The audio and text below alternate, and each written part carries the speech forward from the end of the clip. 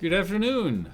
One more vlog today. I'm trying to get caught up from my trip that I had taken, and I want to share with you a book that I read while I was down in Florida. It's called The Bomber Mafia by Malcolm Gladwell. And some of you might know the name Malcolm Gladwell. He writes interesting books as a researcher, journalist, and I've read several of them. He is secular. He does not come from a Christian perspective.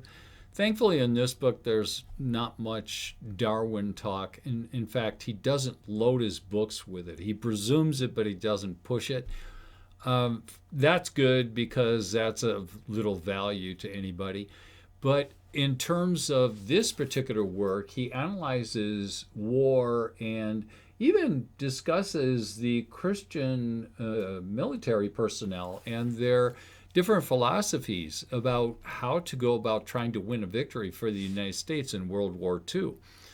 There is a huge divide among the brass over, also in Britain, whether there should be indiscriminate bombing and carpet bombing, just wiping out hundreds of thousands of civilians in an effort to intimidate and cause defeat, or there was a segment of men in the Air Force at this time that were trying to develop targeted bombing with the idea that you could save hundreds of thousands, maybe even millions of people's lives if you could get bombs to be targeting particular targets to take out the enemy's infrastructure in order to cripple them and force a surrender. So there is some Christian premise and discussion in this book about the participants in that. But aside from that, the book is secular. It's not a Christian work.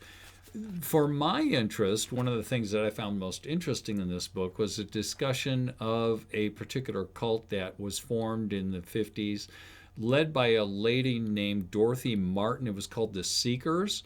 Her supposed reason for the existence of the group was because she claimed that God had told her that the world was going to be ended by a flood. Now, any Christian who knows the scripture understands from Genesis that the flood is not going to be the vehicle of the world's end the second time.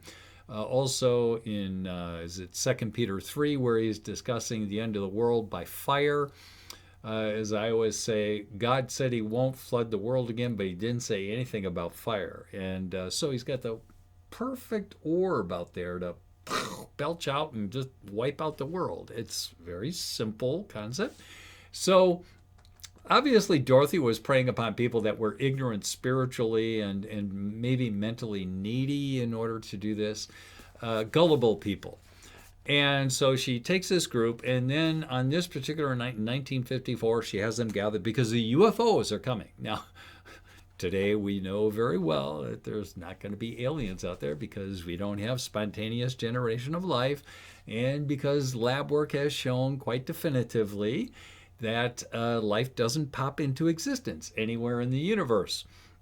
So the UFOs ain't coming.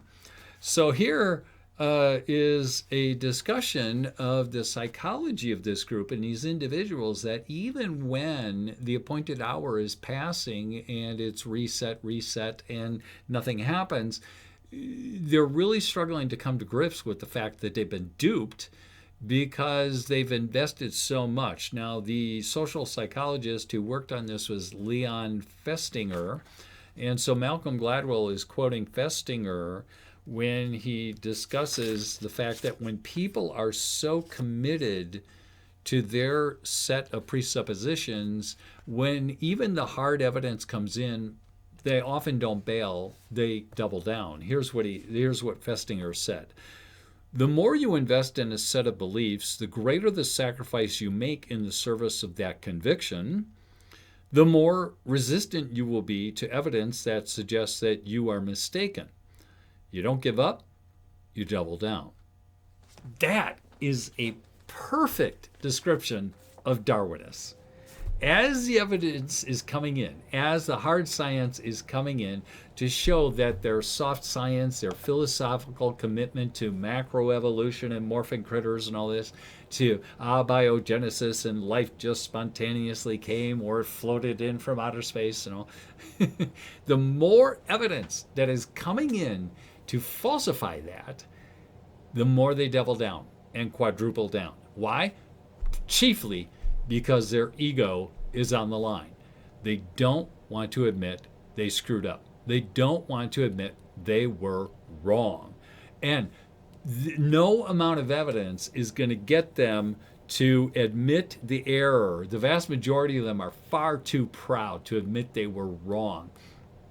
And there's a few, very few, that will admit they've made a mistake and change their perspective and give credence to intelligent design, that there had to be design, but most won't.